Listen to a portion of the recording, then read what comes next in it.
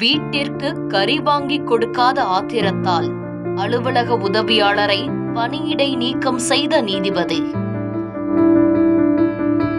சாதிய பத்தி பேசுறாங்க, கொடுமைப்படுத்துறாங்க என மனவேதனையில் புலம்பியபடி ஆடியோவினை வெளியிட்டு தூக்கிட்டு தற்கொலை செய்து கொண்ட பரிதாபம்.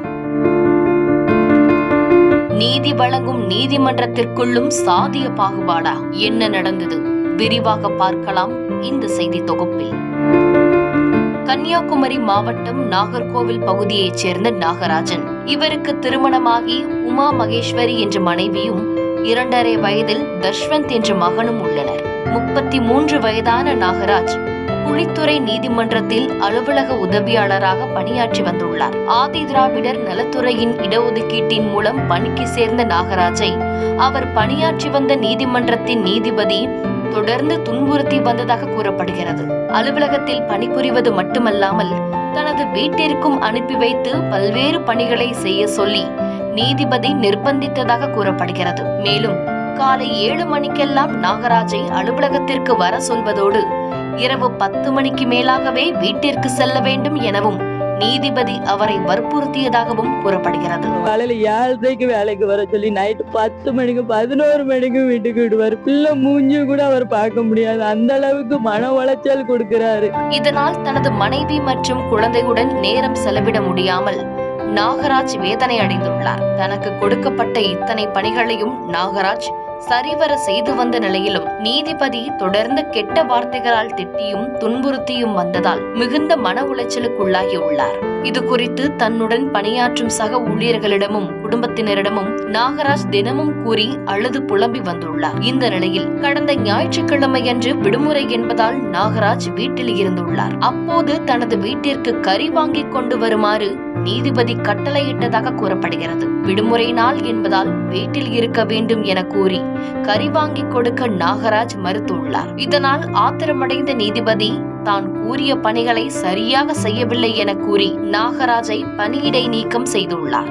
மேலும் திங்கட்கிழமையன்று பணியிடை நீக்கம் செய்யப்பட்டதற்கான நோட்டீஸை பெற்றுக் கொள்ளுமாறும் கூறியுள்ளார். இதனால் நாகராஜ் பெரும் மன உளைச்சலுக்குள்ளாகியுள்ளார். இந்த நிலையில் தன்னுடன் பணியாற்றும் நபர் ஒருவரை அப்பா என்று அழைப்பதாக வழக்கமாக கொண்டிருந்த நாகராஜ் இச்சம்பவம் குறித்து தெரிவித்துள்ளார். தன்னை எதற்காக திட்டுகிறார்கள் என தெரியவில்லை, சாதி பெயரை சொல்லி இழிவாக பேசி துன்புறுத்துகிறார்கள் என மிகுந்த மனவேதனையுடன் தெரிவித்தார்.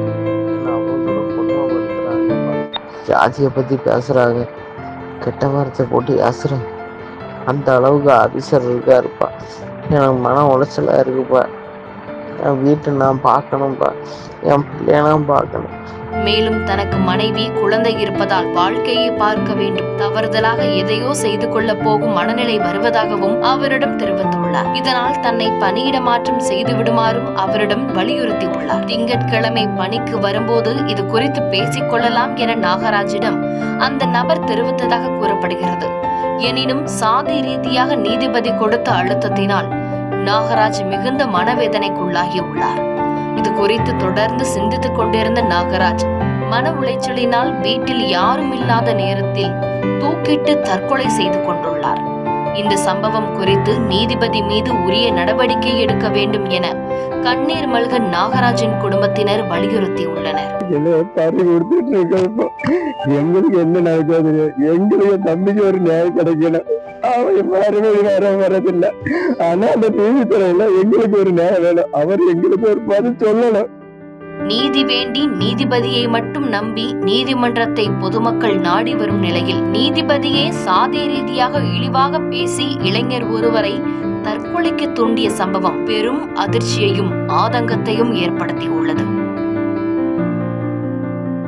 செய்திகளை உடனுக்குடன் தெரிந்து கொள்ள கீழ்கண்ட கேபிள் மற்றும் டிடிஹெச் நெட்வொர்க்குகளில் எம்நாடு செய்தி தொலைக்காட்சியை காணுங்கள். பாதகம் செய்பவரை கண்டால் நாம் பயம் கொள்ளலாகாது பாப்பா. மோதி மிதித்து விடு பாப்பா, அவர் முகத்தில் உமிழ்ந்து விடு பாப்பா. அண்மை செய்திகளை உடனுக்குடன் தெரிந்து கொள்ள இணைந்திருங்கள் எம்நாடு தொலைக்காட்சியுடன்.